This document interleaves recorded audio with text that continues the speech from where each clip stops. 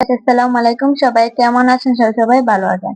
তো আরেকটি ভিডিও নিয়ে আপনাদের মাঝে আসলাম। তো চলেন পুরো ভিডিওটি দেখতে থাকুন, কি নিয়ে আপনাদের মাঝে আজকে হাজির হলাম। তো আজকে আম্মু রান্না করবে উড়ি তরকারি শিং মাছ দিয়ে, যার কারণে এখন একটা কড়াই চুলায় বসিয়ে দিয়ে তাতে তেল দিয়ে দিলেন পেঁয়াজ কুচি, তারপর দিয়ে দিলেন রসুন বাটা। তো পেঁয়াজ কুচি আর রসুন বাটা দেওয়ার পর কিছু নাড়াচাড়া করে দিলেন আদা বাটা। তো আমরা কিন্তু মানে মাছ বা কিছু রান্না করলে কিন্তু আদা বাটা দিই, আদা বাটা দিলে কিন্তু অনেক মজা লাগে। বাট আগে খেতাম না, এখন খাই। তো আপনারাও ট্রাই করবেন। তারপর আম্মু সব মশলা দিয়ে দিলেন এক এক করে। তো মশলাগুলো দেওয়ার পরে এখন পেঁয়াজগুলোর সাথে মশলাটা ভালো করে নাড়াচাড়া করে মাখিয়ে নিলেন। তো মশলাটা আমাকে হয়ে গেছে, এবার আম্মু অল্প একটু পানি দিয়ে দিলেন মশলাটা কষানোর জন্য। তো পানিটা দেওয়ার পর আরো কিছু সময় নাড়াচাড়া করার পর এখন আম্মু দিয়ে দিলেন কাঁচামরিচ। তো কাঁচামরিচটা দেওয়ার পর আরো কিছু সময় নাড়াচাড়া করে দিলেন। তো দেন এদিকে আম্মু উড়িগুলো ফ্রিজ থেকে বের করে রেখেছেন।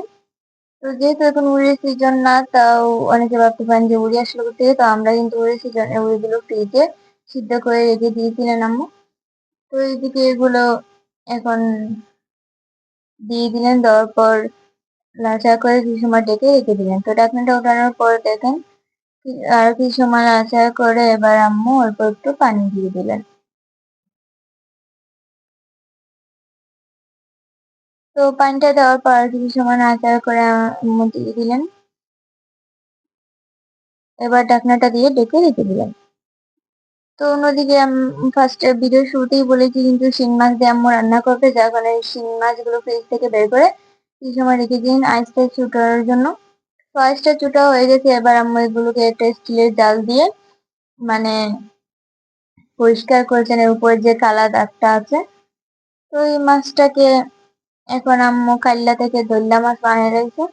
তো ওই মাছগুলোকে এবার আম্মু কেটে নিবেন। তো দেন এদিকে মাছগুলো কাটা হয়ে গেছে, তো এইভাবে পিস পিস করে কেটে আম্মু রেখেছে। দেন অন্যদিকে ঢাকনাটা উঠে এবার আম্মু মাছগুলো দিয়ে দিবেন।